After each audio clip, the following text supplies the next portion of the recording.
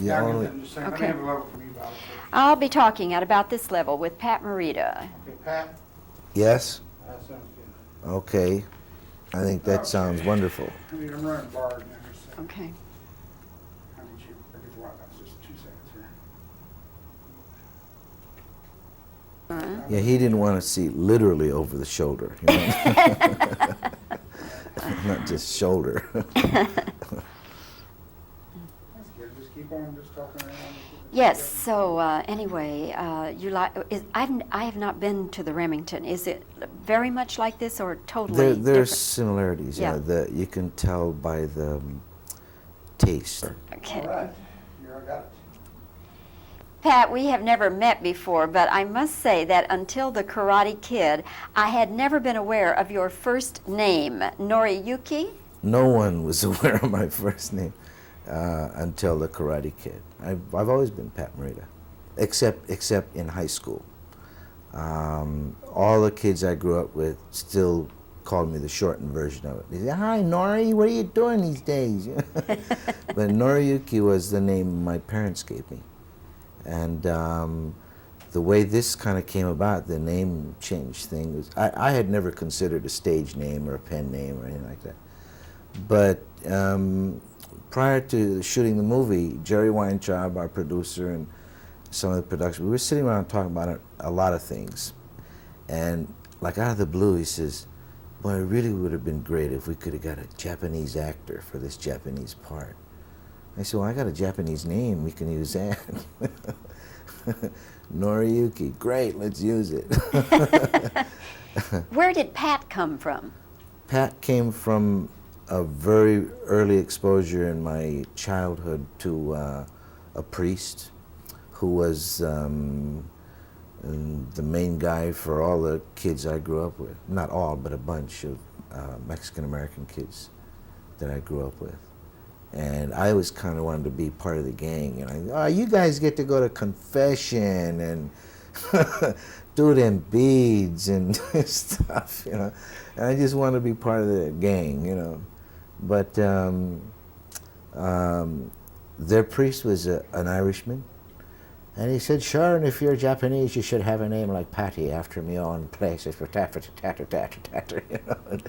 And so when I needed an American name, that's the one I picked, because there was a time right after the war when a lot of the Japanese kids who only had Japanese names, like myself, my brother, we took American names, made the transition to go back to school easier, you know.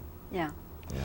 Pat, I know a little bit about your background. As a child, you had quite a lot of illness when you were a child, and then, of course, during World War II, you were in one of the, well, what did they call them? Well, they call a lot of things. Detainment centers. Detainment, yes. That's what I was searching for. How about internment camps? Yes. Relocation centers.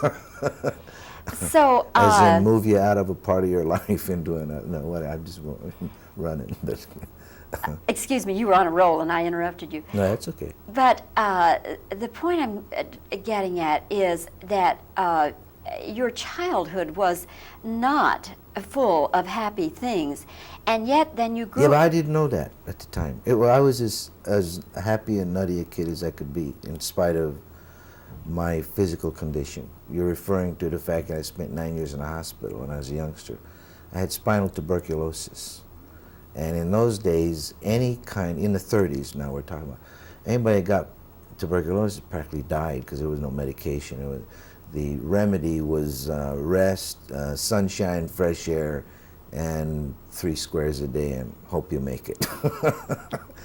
You know, and until the year before the war started, 1940, I had an operation where they did some spinal fusion and cleaning it up, and now they had the medicine, see, and 2 years later I was walking. Finally. So you And I walked from the hospital into camp. really? Yeah, the war was on already. 43 I got out of the hospital. So then when you got out of the camp, did you know then that you would end up being a stand-up comic? No, oh no, I was just a kid trying to get through life, you know. I was a teener, you know, 13, 14, trying to adjust now to a real outside world. And you know, the thing that saved me in my head were my classmates. They didn't treat me, for the first time, I was neither called crippled or Jap, you know. It was just, hey, Nori, how are you? You know, my name is Tank, you know, we just kind of had fun. So the next, my high school years were very happy years for me. My parents didn't approve of the way I went to high school, because I used to hang out a lot, and stay up and study just enough to pass and stuff, you know. So that was the beginning then, the genesis of your outgoing and your Coming out of a shell of something, yeah. and your comedic outlook on things. Yeah, maybe, yeah. Yeah. It started to crystallize, with Funny Bone, started to crystallize about the late teens, I guess, yeah. In the Karate Kid, of course, you're not doing comedy. This is you're a surrogate father, as it were. Yeah. And gee, you have some beautiful, sensitive, lovely scenes, Yeah, Pat. thank you, right. Oh, you really do. just super. But I'm curious as to how you got the part, since you don't have that image. I was probably last on the totem pole in terms of being considered for the part, mostly because whenever my name came up from casting people and whatever, Jerry Weintraub, the producer, said, no, I don't want a comic, dude. This is not a comics role. I want an actor. Find me an actor. We got to get it. Must be in all of America. Get me an actor.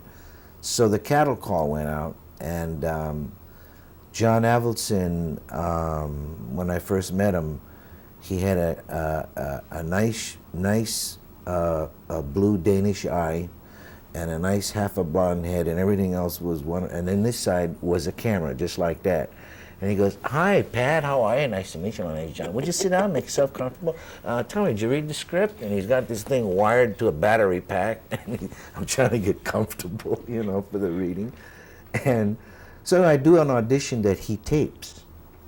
And several days later, he and Jerry Weintraub are in a conversation, talking about wardrobe and transport, all the problems that go with putting a film together. And suddenly, John does one of this, his assistant turns on the monitor, and he had plugged the monitor with my audition tape. And now Jerry looks and he says, "Hey, there's Miyagi. Who is that? That's Miyagi. We don't need to look anymore. Who is that?" John says, "That's the Pat Morita you didn't want to consider for the role." What a wonderful Isn't story. that an incredible story? And then he got very excited, and he and John, I mean, from that point on, he'd been nothing but a total fan, you know. And at his level, to have that kind of fan is really great. Oh. So Columbia still had some doubts. So they had Ralph and I meet. They kind of looked at us on frame. They said, "Okay, look, you guys will rehearse whatever for 4 or 5 days. We'll do a screen test." So Ralph and I really worked. I mean, we had to do the physical and find the characters and the relationship. And we do the audition. That weekend I split for Northern California just to go visit cousins and just to get away. Monday morning at 8:30, and I do not know to this day how Jerry Weintraub found me, but there's ding-a-ling-a-ling in my cousin's house. And the guy goes, "Uncle, it's for you."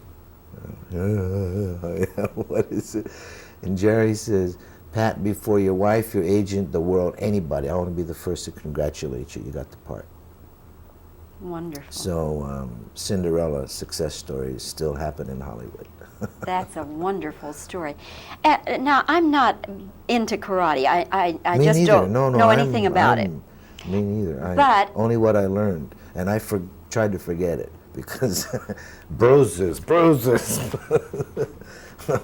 leg pulls.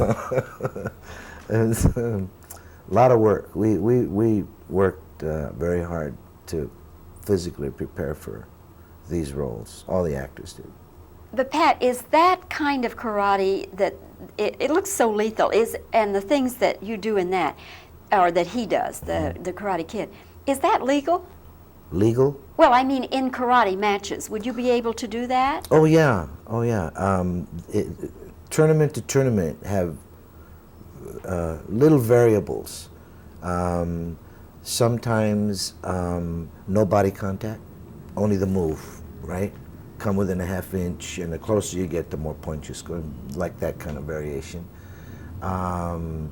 Some places below the knee, you can't do leg sweeps. The knee you can't, but you can hit up in here with a kick or something, you know, that kind of thing. Target area, this is body's always target area. You know, some no kidney punches, others you can hit in the back of the head. I mean, there are little variances in terms of scoring. And in our tournament, the one that was portrayed in the film, all the stuff we saw in the tournament were all legal hits. Of course, there's such a Rocky thread throughout this thing because Avildsen directed the first Yeah. Rocky. Bill and Conti did the music, right? Yes. Yeah. Now, I must assume then that that's the way they want the public to make the Rocky comparison, huh? I don't know. When I read the script for the first time, I kind of felt that a little bit, but only at the very end, time of the tournament, you know. And then when I saw the film put together, of course, it had that Avildsen thumbprint that, you know, I mean, it doesn't bother me that there are Rocky parallels. How bad can that be, you know? Hope we hit as hard as Rocky did. Well, I shouldn't be surprised if you get a tremendous following from this film. Any talk about a sequel? Yeah, a little bit. At this point, it's all talk, of course, but I've been hearing little, you know, grapevine conversations about it, which is very rare because you don't talk about a sequel until after you see the results of the first one. So some people, Columbia head level, must be very excited about it. Well, Pat, it's been fun having a chance to meet you and talk with you here at the mansion. Thank you, Bobbie. And I look forward to having you come back again, whether it's for a sequel or maybe even before that. How about just for a visit? Terrific. I love it here. Okay. Thank you very much, Pat. Pleasure. Do it. You have not used your first name before that I know of. Well, I could if you, oh, sorry. You don't need to do that. Where does Pat come from?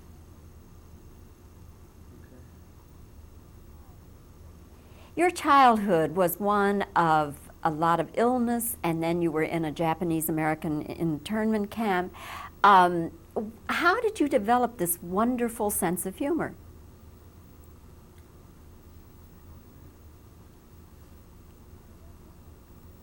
We don't generally think of you as a dramatic actor like you are in The Karate Kid. So how did you get this part?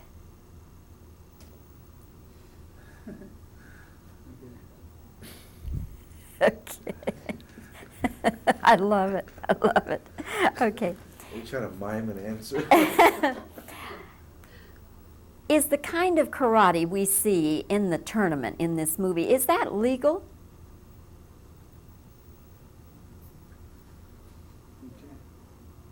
So what you're saying then, there are different rules for different tournaments, huh?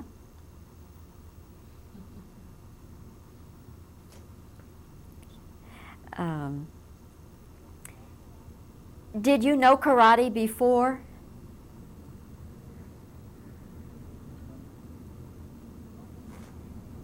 What was it like having to do all this karate for you?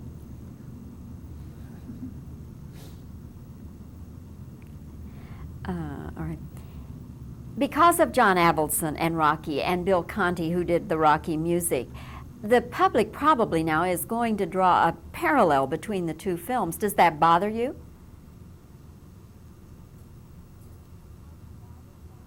Are you bothered by the Rocky comparison that seems to be inevitable?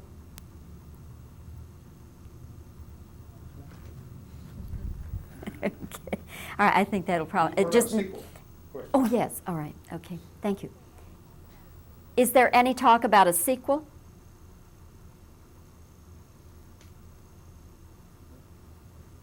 Okay, now let me just give you reactions. Yeah, it's just Okay. Let me change, get that a little tighter just a little bit. Wait a minute. Watch it. I'm now just focusing, all I see is your mouth and lips. Oh, that's lovely. Now, back now, that's what I focus on. Everybody wants to see Here that. comes Lips. an ultra bright spot. Okay, just nod.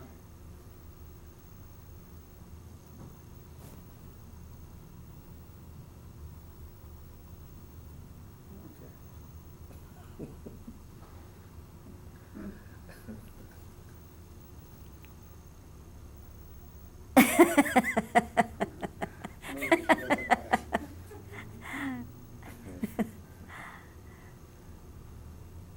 And plus, I think you have a wonderful smile, Oh, yeah? and you take close-ups real well. I think if we could get more aspiring young students like you, then guys like me wouldn't be waiting in the wings so long for one.